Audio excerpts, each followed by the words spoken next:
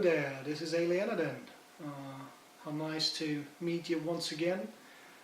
What you just heard was one of Rick Graham's insane tapping licks.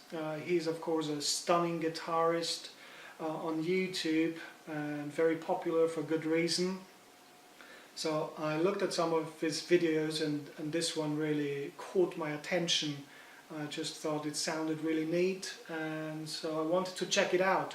What I found out was that he has a very wide reach that some guitarists may have a problem with.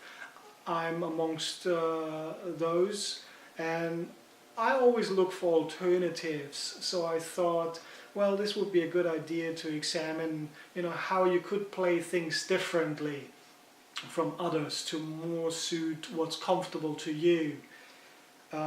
So let's look at that, shall we?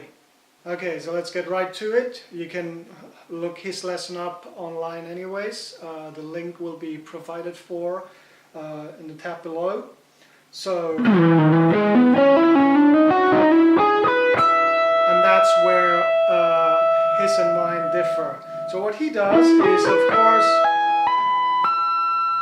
he plays the whole triad via hammer-ons and then taps the octave. I think he does. He doesn't pick the note again. And then goes to the F sharp minor arpeggio. Does the same thing, in this case being a minor arpeggio, so minor third and then the perfect fifth. And then he taps the minor seventh. And then the rest is simple because it's only a minor third and the perfect fourth, and then he taps the perfect fifth. But the first two, I can play them, but they're really uncomfortable and I don't think it's necessary. So what I do instead of is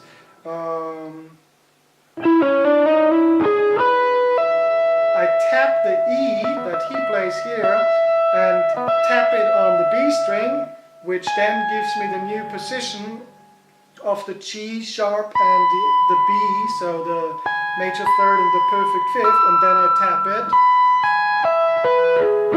and then play instead of so then I do that.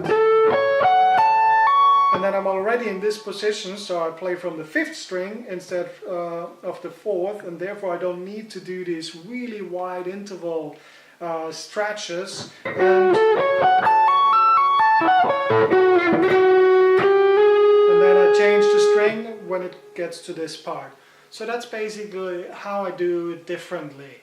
And I always encourage my students to look at alternative ways of playing something, and sometimes I have to find easier ways for my students to play things because they just have smaller hands or whatever the issue may be. It's not comfortable for them, and it should be comfortable for you. Of course you ought to challenge yourself as well, but it's about playing it so that it sounds good and feels good to you, and you can't force it. Some people just don't have such huge hands that they can pull off these amazing stretches. So there you go, that's just my way of playing it. You heard it here, and hopefully you'll check out some more of my videos and subscribe to my channel. Leave some comments as well. Alright, and give me a like, of course. Take care now. Bye bye.